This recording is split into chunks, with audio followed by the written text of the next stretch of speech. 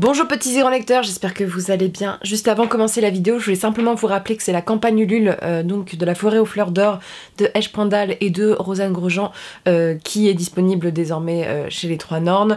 C'est la nouvelle publication des Trois Nornes, publication assez inédite parce qu'on est là sur des contes illustrés, autant adapté pour des jeunes lecteurs que les adultes. On est sur des lectures du soir si vous voulez, des lectures solo pour des enfants à partir de 8 ans ou des lectures pour les adultes parce qu'on a eu beaucoup de retours d'adultes qui étaient très convaincus par le texte. C'est un roman illustré, c'est-à-dire qu'il va y avoir un peu plus de 10 illustrations dont des illustrations en double page, toujours fabriquées en France, imprimées en France, non distribuées sur Amazon, toujours dans cette démarche éthique. C'est un roman qui va raconter l'histoire d'une jeune renarde à la rencontre du peuple des cendres et à l'histoire d'un ourson qui est pourvu d'un poil d'or qui le condamne à vivre un peu enfermé dans une clairière. C'est des histoires qui se veulent un peu malicieuses mais avec des morales et assez touchantes. C'est une très belle plume à vous proposer de H. Prandal et des illustrations magnifiques de Rosanne Grosjean qui arrive vraiment à trouver un équilibre dans le texte pour en faire un magnifique ouvrage. Aujourd'hui, la campagne Ulule, le but c'est de financer la production de ce texte avec un premier palier à 5 000 € pour le financement des illustrations et de la production du livre.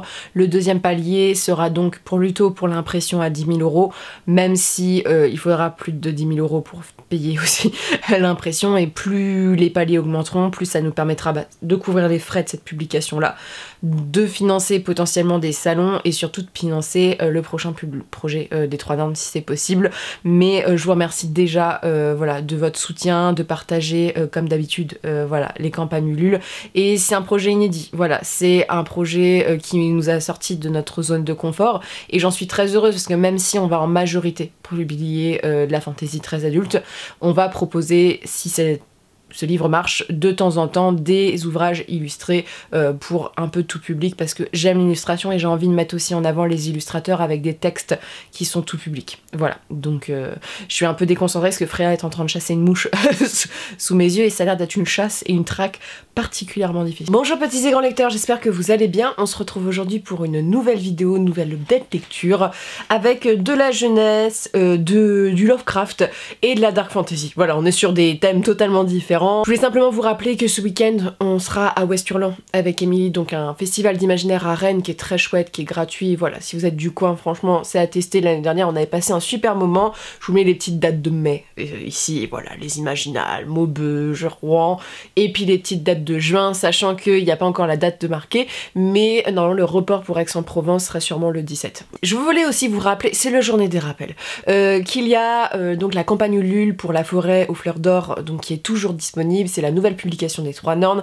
Ce sont des contes illustrés destinés à tout public qui ont toujours la particularité d'être fabriqués en France et non distribués sur Amazon, ce qui a un certain coût, je dois vous le dire, parce que la jeunesse est quand même très peu publiée en France parce que ça coûte très cher de faire des livres reliés. Ce sont deux contes qui se situent dans le même univers. On va suivre une jeune renarde malicieuse et un petit ourson pourvu de poils d'or. Voilà. Ce sont des contes qui ont un vocabulaire qui peut autant convenir aux adultes qu'aux enfants parce qu'on a bien sûr mis des petites notes quand c'était un petit peu trop difficile de lecture. Et je vous remercie encore d'avoir soutenu ce projet, de continuer de le soutenir. La campagne Ulule se termine le premier week-end de mai, donc le 7, et c'est une campagne d'autant plus importante que c'est l'ouvrage qui va nous coûter sincèrement le plus cher et que la période n'est toujours pas une période très agréable pour l'édition.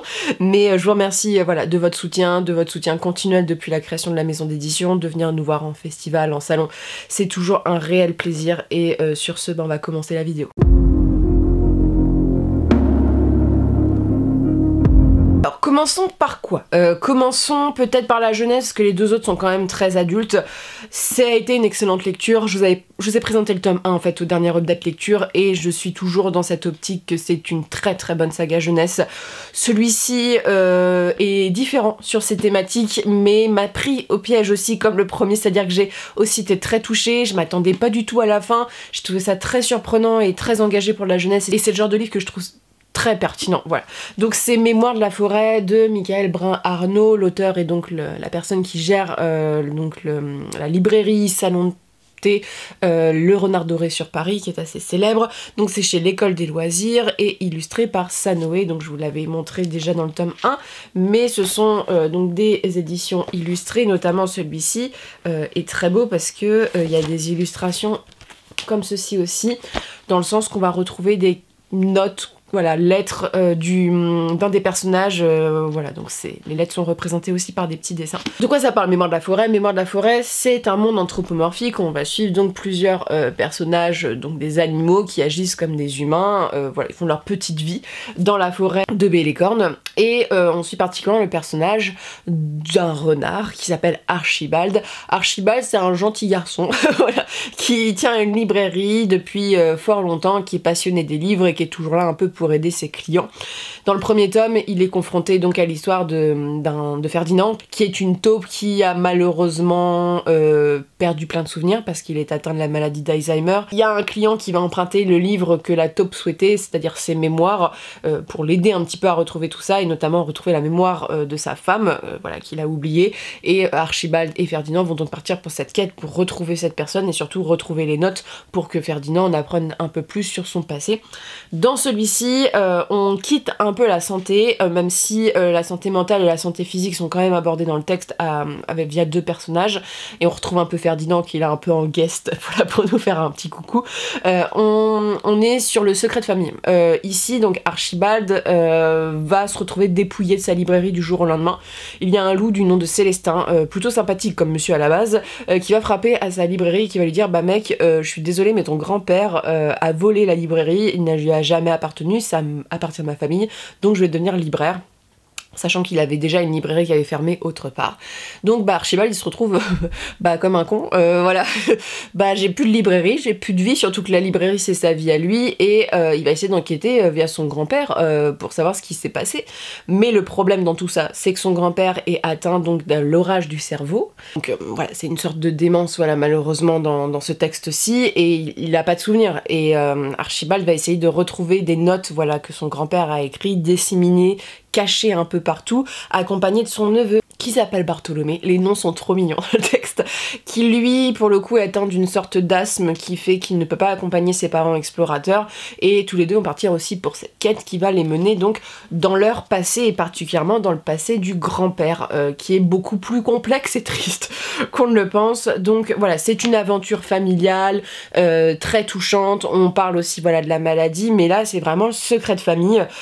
Comment vous dire que j'étais très contente de retrouver les personnages, parce que sachant que je les ai enchaînés, donc pour le coup j'ai lu le tome 1 et le tome 2 à la suite. Archibald, dans celui-ci, on retrouve un peu son caractère de renard, c'est-à-dire qu'il y a des moments où il est un peu plus rusé, mais il est surtout désespéré, parce que c'est un homme qui a tout mis dans son métier, on lui arrache en fait ça, et je me suis vachement identifiée à ce personnage. J'étais en mode, mon dieu, si on me faisait ça, je ne saurais pas ce que je ferais de ma vie. Et voilà, c'est un chic type, donc il va pas non plus faire la bagarre avec le loup, et il va essayer de trouver une solution, et d'autant que c'est super mignon au niveau de la relation des personnages, ça parle à tout le monde, notamment de la relation enfant-adulte, qui est assez chouette dans le récit. Ici en fait c'est le secret de famille. En fait il y a deux histoires. Il y a cette histoire de quête qui est assez palpitante, c'est très sympa, mais l'histoire du grand-père, mais sortez les mouchoirs les gars. Franchement j'étais en mode, pour un livre pour enfants, c'est super triste, et surtout c'est hyper original. Il y a un plot twist à la fin qui m'a beaucoup plu, parce que c'est un plot twist qui est super engagé, et je trouve que c'est très bien d'en parler aux enfants, parce qu'on est dans une société où il y a besoin d'en parler, parce que les enfants sont entourés de par leur famille, par leurs proches, par ces questions-là, et que c'est important de leur en parler et de voir ça comme une possibilité. Pourquoi tu t'excites, mon chat? Attends, je vais te sortir. Alors là, on n'est pas en live, mais je suis quand même obligée de sortir le chat. Madame Caquette, je pense qu'elle a trouvé une proie à se mettre sous la dent. Mais c'est vrai que ça a été une lecture très plaisante, et j'ai été plus surpris que le tome 1, j'ai été très touchée. Voilà, on parle aussi de l'amour dans le texte, de l'amour familial et des liens de la famille, c'est vraiment ça. Mais il faut savoir que, même si c'est un ouvrage pour les enfants, il n'y a pas trop de concessions sur certaines questions. En fait, ce que j'aime bien avec Mémoire de la forêt, c'est qu'on prend pas les enfants pour des idiots. C'est-à-dire que on va se confronter à des questions qui sont difficiles. On va pas faire un happy ending de fou parce que c'est pour les enfants. Genre, on va être vraiment dans la réalité. Et je trouve que c'est vraiment chouette pour ça, parce que ça traite de questions qui sont quand même hyper importante. C'est assez drôle, je vous dis c'est un univers, alors c'est de la cozy fantasy, donc c'est très mignon, voilà, tous ces petits personnages, mais vraiment il y a un matou dans le texte qui est pirate, voilà, et il a un bateau échoué, et il a peur de l'eau, voilà, il sait pas nager, donc il est pirate mais il sait pas nager, donc ça me fait rire, et il est dingue de sa maman, voilà, c'est très sympa, mais voilà, il y a... C'est aussi beaucoup tourné autour des livres parce que c'est une passion commune à cette famille. Ce qui est très sympa dans cet univers, c'est que tout est crédible, ça a été plutôt bien écrit, ça se lit très très bien. Et surtout, par exemple, quand il y a des livres qui sont cités, on va reprendre des grands titres connus qu'on va remettre à la sauce animalesque, tu vois. Et je trouve que c'est bien fait. Et là, je trouve que c'est des récits qui sont assez essentiels à lire à la jeunesse, notamment dans le cadre scolaire. Ça serait super qu'ils les fassent lire parce que c'est des thématiques qui nous entourent. La maladie, l'amour, la mort et tout ça. Et en même temps, c'est pas non plus un truc hyper violent. Voilà, ça reste un truc mignon. Tout le monde est gentil, hein, parce que même le méchant de l'histoire, Célestin, c'est un bon type, en fait. T'es en mode, oui, bah, en fait, on comprend. C'est-à-dire que la librairie, a priori, elle est à toi et on comprend que c'est chez toi, tu vois. Donc voilà, il n'y a pas vraiment de grands méchants dans le texte, mais il y a beaucoup de références, voilà, aux romans policiers, aux romans d'enquête, aux romans d'aventure. Un peu plus dans l'action, voilà, dans les petites pérégrinations des personnages, et Bartholomé est super mignon. Voilà, ça a beau être un personnage un peu enfantin et tout, c'est un chic garçon, voilà, il est attachant, mais je vous promets que à la fin vous serez touchés. Voilà. Faudrait vraiment être très insensible pour pas être touché par le récit, parce que là c'est vrai que c'est prenant, on va dire. Ensuite on va passer sur du crade, ou du moins soit de l'horrifique ou soit de la dark fantasy. On va parler du petit Lovecraft, même si c'est pas lui pour le coup. Donc je vous présente La Cour des Abysses, donc Nikolavitch et de Salomon, donc aux éditions Léa. C'est un tout petit roman, voilà, c'est une nouvelle qui s'inscrit dans l'héritage Lovecraftien, mélange de romance et de Lovecraft. Oui, c'est improbable, mais c'était possible. Bon, alors, je dois déjà dire, je pense que ça saute aux yeux, que je n'aime pas du tout la couverture. Je la trouve totalement ratée, notamment, alors déjà parce que esthétiquement ça va pas, mais surtout parce que je pense que l'illustrateur a pas compris ce qui était important chez Lovecraft, c'est-à-dire l'indicible, ne pas montrer les créatures fantastiques qui sont présentes dans le roman, parce que là, voilà, on est quand même spoilé sur l'intérêt du livre, ce qui est un petit peu beaucoup dommage, voilà, malheureusement, mais voilà, c'est quand même dommage de faire un truc qui s'inspire de Lovecraft et de pas comprendre l'essence même de Lovecraft, mais bon, passons, on n'est pas là pour ça. C'est un ouvrage qui est donc une sorte de mélange de romance et de Lovecraft.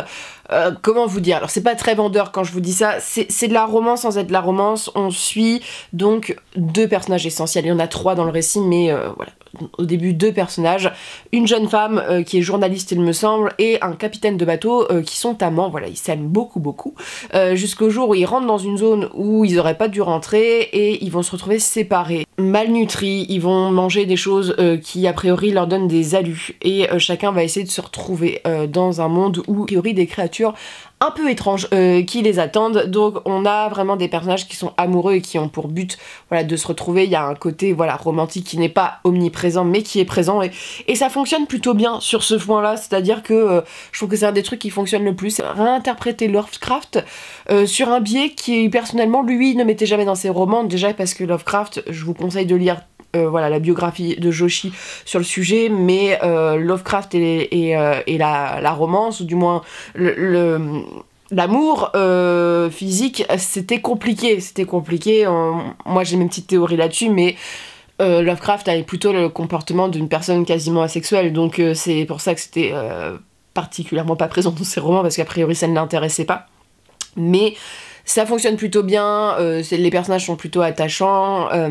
Après, c'est bête ce que je vais dire, mais du mal avec les réinterprétations Lovecraftiennes, parce que jamais aucune réinterprétation Lovecraftienne sera, à mon sens, à la hauteur de Lovecraft. Voilà, qui n'est pas Lovecraft qui veut. Et voilà, c'est un peu ce que j'ai ressenti, parce que même si les créatures présentes sont assez chouettes dans ce qu'elles représentent, voilà, c'est assez intriguant et intéressant, ça se passe beaucoup dans l'eau et tout ça, donc ça peut être un peu angoissant. Bah, l'angoisse pour moi elle est beaucoup moins présente que chez Lovecraft. Il y a eu un moment où ça m'a angoissé dans le texte, mais c'est même pas de l'angoisse, c'est du dégoût, parce qu'il y a voilà, des tentatives d'agression sur le personnage de la part de créatures. Donc moi ça me met déjà très mal à l'aise de la part d'humains, mais ça me met encore plus mal à l'aise de part de créatures qui sont pas humaines. Donc voilà, c'est ce côté là, mais en termes d'ambiance horrifique, ça n'a pas fonctionné chez moi, mais en même temps, je sais qu'il en faut un peu plus que ça pour m'horrifier. Pour avoir parlé avec d'autres lecteurs, ou voilà, avec des gens qui l'avaient déjà lu, il y a des gens qui ont été terrifiés de cette lecture-là, voilà, ça les a mis très mal à l'aise. Je peux comprendre, ça n'a pas fonctionné sur moi forcément, notamment parce que y a une construction dans le texte qui est un peu particulière. C'est en 3 parties. La première partie, c'est des lettres. Et le roman épistolaire, pareil, il faut savoir le maîtriser. Et pour le coup, j'ai pas du tout accroché à ça. J'ai beaucoup plus accroché aux deuxièmes parties qui sont plutôt du roman classique. Mais le roman épistolaire, ça peut être vite lassant quand c'est... voilà. Pas très intéressant, et là la façon dont c'est fait, ça donne cette chose du genre ils arrivent pas à se retrouver et tout ça, ils se posent plein de questions. Il y a beaucoup de références à Lovecraft, alors pour les gens qui ont lu Lovecraft vous allez forcément les voir, c'est fait avec quand même des gros sabots sur le coup, mais voilà, ça a été une lecture en demi-teinte parce que j'ai pas été convaincue par l'ambiance plus que ça. Alors après par les thématiques, la fin est très belle, elle est originale, contentera pas forcément le lecteur et assez belle, voilà, j'ai trouvé ça assez réussi là-dessus, mais la mise en place est très longue. Vous voyez, les romans de Lovecraft sont quand même beaucoup plus courts et c'est beaucoup plus percutant. Là je trouve que ça met du temps, ça prend des grands sabots, c'est-à-dire que le coup de la bouffe intoxiquée, tu sais que c'est... est-ce que c'est la folie chez Lovecraft ou l'intoxication? Voilà. Chez Lovecraft, c'est toujours... On ne sait jamais si le personnage fantasme ou si le personnage voit ces choses-là. Et on retrouve ça, mais c'est fait avec moins de subtilité. Les créatures sont assez angoissantes. Je pense que c'est le seul truc qui est assez percutant dans le texte. C'est-à-dire qu'elles sont un peu gluantes. Voilà, si vous n'êtes pas très amateur de ça, ça peut vous mettre mal à l'aise. Surtout avec les scènes de tentatives, comme je vous disais, qui sont pas folles.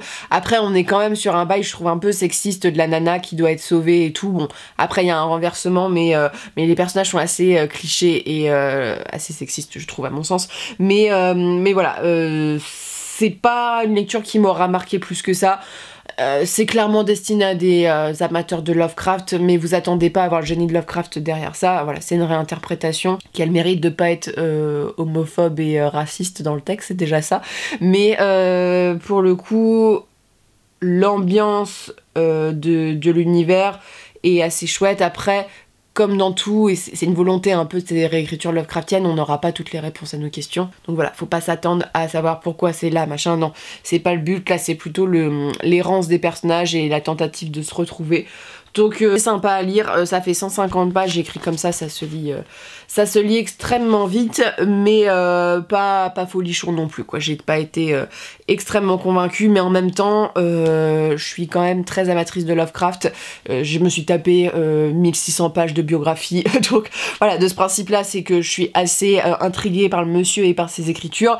Donc tout ce qui est réécriture, je suis très, comment dire, demandeuse. Voilà, je passe la barre très haute et ça atteint pas forcément ce que j'attends. Allez voir quand même d'autres avis de personnes qui sont peut-être moins dans l'attente, voilà, de ce genre de récit, mais l'horizon d'attente il est trop élevé, voilà, il est trop élevé et je pense que n'importe quel texte aurait eu du mal à trouver résonance en moi. C'est le genre de texte où les héritiers c'est toujours un peu moins bon, hein. Quand tu lis Shannara c'est toujours moins bon que le Seigneur des Anneaux, hein. Voilà. S'il y a quand même des scènes qui sont copiées-collées de ce que tu peux trouver dans le Seigneur des Anneaux, ça restera toujours moins bon et voilà, c'est le cas aussi pour ce genre de texte. Ensuite, on parle d'un roman qui est de la dark fantasy, du moins on me l'a vendu comme de la dark fantasy. Il faut que j'arrête avec la dark fantasy dans le sens que j'ai toujours des attentes trash, voilà, parce que moi quand on me dit dark fantasy, moi il faut que ça pisse le sang, quoi, et à chaque fois je suis déçue. De mes œuvres préférées c'est Berserk, et c'est de la dark fantasy Berserk, et mon horizon d'attente il est sur Berserk et j'arrive jamais à trouver des choses qui m'effraie, tu vois, que ça soit Moorcock, que j'ai trouvé très adolescent, émo quand je l'ai lu. Bon, je l'ai lu à l'âge adulte, j'ai trouvé ça très plaintif, voilà, même si le premier tome était plutôt cool. Pareil, j'ai lu donc La Compagnie Noire, donc j'ai pas aimé du tout le bouleversement du récit et que j'ai trouvé ça très pâteau et lourd comme écriture et comme façon de raconter, et surtout c'est assez mensonger sur la dark fantasy, c'est pas si dark que ça, même si je trouve que l'horreur était beaucoup plus présente, beaucoup plus semblable à Berserk, voilà, dans les créatures. Et de la dark fantasy dans le sens qu'on suit les méchants. Il y a quelques scènes qui sont un peu gogor, voilà, mais j'ai pas été très convaincue. C'est Les Chats des Neiges ne sont plus blancs en hiver de Noémie Viorek. Pour tout te dire, son petit roman par exemple sur le dieu oiseau, il y a des scènes qui m'ont mis plus mal à l'aise. Coralie Wallenstein, c'est des romans qui sont courts et qui sont aussi un peu adressés aux ados. Donc, bon. Je dois déjà parler peut-être du négatif qui me saute déjà au nez, voilà, plutôt qu'au regard. J'ai testé voilà, ce texte parce que j'avais adoré Sébastopol et que j'ai envie de soutenir des maisons d'édition indépendantes comme L'Homme sans nom, même si L'Homme sans nom a été racheté depuis. Ou du moins c'est un peu compliqué, mais c'est avec les humanoïdes associés et tout ça, bref. Bon, j'ai pas été fan du travail éditorial, même du travail sur les pages et chapitrage et tout. Ça c'est autre chose. C'est surtout l'odeur du bouquin. Alors je dois vous le dire parce que ça m'arrive rarement, à part avec certains livres d'occasion voilà, qui datent, mais l'odeur du papier dedans pour moi était insupportable. Ça sent extrêmement fort et quand tu lis, bah, t'es obligé de mettre ton nez quand même proche du livre et il y a des moments ça me sortait vraiment de la lecture parce que j'étais obligée de faire des pauses tous les 10 minutes parce que ça me révulsait. On est plus ou moins sensible là-dessus, mais il faut savoir que c'est un papier qui a une odeur particulière. Voilà, si vous êtes sensible comme moi, je sais que nous sommes une team sensible des choses, ça peut vous marquer. Donc ça part de quoi, les chats des neiges? C'est l'histoire donc d'un pays. On va avoir deux points de vue majeurs dans le texte. On va avoir le point de vue d'un jeune garçon qui a été enlevé quand il était jeune, quand il était les nourrissons, voilà, quand il braillait encore tout le temps, par une sorte de sorcière qui a été envoyée par le grand méchant de ce monde-là. Heureusement pour lui, bah, la sorcière est arrêtée et massacrée, et lui, bah, c'est le seul héritier qui reste, et on va le suivre, sauf que bah, le garçon, il est pas très bien dans sa tête, voilà. Et il est un peu plus complexe et un peu plus dangereux qu'on le pense. Et en parallèle, on suit donc le noir, donc qui est le grand méchant de cette histoire, et son second, qui est une sorte de guerrière badass aux cheveux blancs, peut-être un peu sorcière, vous le verrez dans le texte, qui va donc fomenter des coups pour renverser le pouvoir en place et surtout mettre Noir enfin à la tête voilà, de ce pays. Surtout que ils sont un peu retranchés dans des grottes. C'est des méchants, mais des méchants qui vivent un peu comme des losers. C'est-à-dire que voilà, ils se cachent, même si tout le monde en entend parler et qui sont en mode oh mon dieu, c'est les méchants. Ils réussissent pas forcément tous leurs combats et tout ça, ils sont assez peu.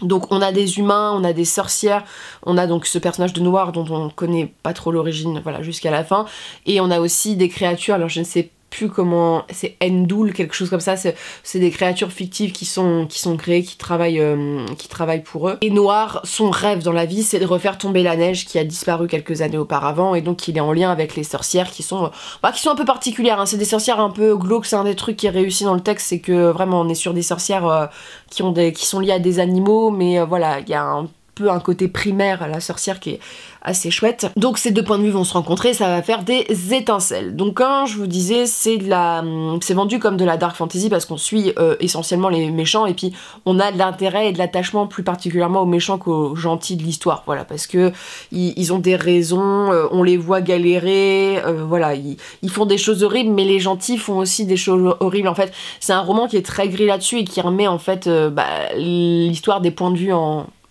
avant. Faire le bien, ça a un coût, et parfois c'est un coût qui conduit à faire des actes qui sont très répréhensibles. Notamment, il y a un personnage dans le texte qui est une sorte de chevalier héros, vous voyez un peu le Lancelot du Arthur voilà, qui est plutôt beau gosse, voilà, qui réussit bien. En fait, c'est un vrai trou du cul. C'est-à-dire que lui, il est fasciné par le second, voilà, qu'il a croisé, et il va tout faire pour avoir cette femme. Mais quand je vous dis tout faire, c'est qu'il va tout faire. Et il est omnubilé par elle, il rêve que d'une chose, c'est d'avoir des relations avec elle. Et il va passer... Voilà, il va faire des actes qui sont quand même très condamnables. Il aime un peu torturer le monsieur, tu vois. Et c'est trouvé ça intéressant, ce reversement-là. C'est très sombre de ce côté-là. Les créatures sont plutôt décrites, voilà, les méchantes, voilà, assez glauques et tout ça. Donc là-dessus, c'est réussi. En fait, la dark fantasy, c'est... Ici, en fait, je pensais que ça serait plus sanglant, ça serait plus glauque. Bref, j'avais une image beaucoup plus sombre, même si ça l'est, mais en même temps, voilà, comme je vous dis, moi, j'attends que ça soit vraiment trash, mais je pense que pour certaines personnes, c'est déjà vraiment trash. L'histoire est assez chouette, même si elle casse pas trois pattes à un canard, hein. Vraiment, c'est un renversement de pouvoir et tout ça. En fait, le truc qui m'a un peu gênée dans le texte, et c'est malheureux à le dire, et je m'en excuse si l'autrice passe par là, c'est la plume qui m'a gênée, parce que... c'est un truc que je voyais moins avant, mais c'est quand même mon boulot maintenant de corriger, on va dire, la syntaxe et tout. Il y a des moments où les constructions de phrases, le style me plaisait pas, et surtout j'avais pas toujours l'impression que c'était très français, dans le sens qu'il y a des mots qui n'étaient pas empruntés de la bonne manière, qui voulaient pas vraiment dire ça et qui étaient empruntés plutôt pour le style que pour le sens. Lourdeur, il y a des moments, il y a des métaphores, je sais pas d'où elles sortent, mais elles ont pas trop de sens dans le texte. C'est des trucs que personnellement moi je corrige dans mes textes quand voilà, donc pour le coup ça m'a un peu fait tiquer. Il y a aussi le rythme du récit qui est assez lent, ça se met en place, on va dire qu'il y a une bonne moitié du roman qui installe les choses, voilà, c'est très lent et après ça se précipite. Donc moi la première partie du roman je me suis dit oh là là j'aime pas, j'ai pas envie de le terminer, c'est long, le style vraiment ça m'a bloqué à certains moments parce que je trouvais ça pas très bien construit et français. Et il y a un bouleversement dans le récit à peu près au milieu qui fait que ça donne envie. Voilà, la fin m'a beaucoup plus plu, la fin était très chouette et très réussie dans ce qu'elle raconte. C'est une vraie fin de Dark Fantasy, j'ai beaucoup aimé, c'est triste et c'est beau, voilà, on apprend l'identité de Noir et voilà, c'est assez poétique, voilà, c'est assez sombre gothique, je trouve, la fin, qui était assez chouette, donc je me dis bon, ça valait le coup de le lire juste pour ça, parce que c'est assez beau et que ça parle d'amour aussi d'une certaine manière. Il fait 400 pages, pour moi 400 pages, même écrit comme ça, c'est pas un gros livre, j'ai mis beaucoup de temps à le lire, je fatiguais à le lire parce que le style lourd, déjà quand le style est lourd forcément que ça joue, mais surtout parce que c'était lent, les enjeux étaient lents, j'attendais la bataille, il y a des scènes et des scènes où ça avance pas trop, il y a des scènes où t'as l'impression que on part vers des personnages et on sait pas trop à quoi ça sert dans le roman, voilà, dans la finalité. C'est un livre qui était plutôt cool sur son fond, la forme m'a moins convaincue, mais ça a déjà l'audace d'exister en France de la dark fantasy, mais surtout de la dark fantasy écrite par une femme, parce que on est sur un texte qui n'est pas sexiste et c'est vraiment chouette en dark fantasy parce que c'est pas forcément très réussi, et on a une guerrière badass et c'est vraiment le personnage du second est vraiment le personnage le plus attachant. Moi c'est un personnage qui m'a beaucoup parlé dans le texte parce que c'est une femme, voilà, on va apprendre tout son passé, c'est un texte qui est triste, hein, vous allez pas rire, voilà, vous êtes pas là pour ça, et ça parle de questions, voilà, qui sont inhérentes un peu à ces univers, sur la guerre, sur les agressions, sur la manipulation du pouvoir, sur qui est bon, qui n'est pas bon, sur les objectifs en fait et jusqu'où on est prêt à aller, sur le sacrifice de ses troupes et tout ça. Bref, c'est assez beau, et à mon sens les sorcières, ça faisait longtemps que j'avais lu des portraits de sorcières qui étaient aussi réussis et aussi bien faits, du genre j'ai vraiment accroché à ça, même aux créatures dans ce texte. C'est un texte qui pourrait surprendre son lecteur parce que même sa fin est assez triste et original, peu conventionnel. Voilà, c'est ça qui est... c'est un texte qui est peu conventionnel, déjà dans ce qu'il raconte et dans ses objectifs, on va dire, des thèmes qui sont abordés. Ça, j'en suis sincèrement désolée, mais c'est super chiant quand tu corriges le texte dans ta tête, parce que voilà, tu l'aurais reformulé d'une autre manière parce que c'était pas très clair, mais ça c'est mon boulot, donc je pense que quelqu'un qui est pas dans le métier, ça devrait tout à fait passer, mais il faut savoir que la plume est particulière. Après, il y a au moins une plume présente, voilà, elle convainc ou elle convainc pas, mais elle existe et c'est déjà voilà, c'est déjà chouette. Mais voilà, il faut soutenir les autrices françaises, et notamment les autrices françaises qui écrivent autre chose que de la jeunesse, sans être une critique bien sûr, mais c'est suffisamment rare que ça soit édité pour pas les mettre en avant, et vraiment merci d'écrire la dark fantasy en France, ça fait toujours très plaisir. Voilà, c'en est tout pour mes lectures. N'hésitez pas à me dire ce que vous en avez pensé, voilà, ce que vous pouvez me conseiller, notamment si vous avez de la dark fantasy à me conseiller. Alors j'ai lu un peu les grands classiques, mais je suis toujours preneuse, hein, parce que j'adore ça, mais je trouve jamais chaussure à mon pied. Voilà, c'est pas l'heureux, mais je pense qu'on a tous une définition de dark fantasy, et la mienne est un peu gore et sanglante et sans concession. Voilà, donc pour le coup je suis toujours un petit peu déçue, mais j'aurais très envie d'avoir vos recommandations, et je vous souhaite sur ce une très bonne journée et de très bonnes lectures.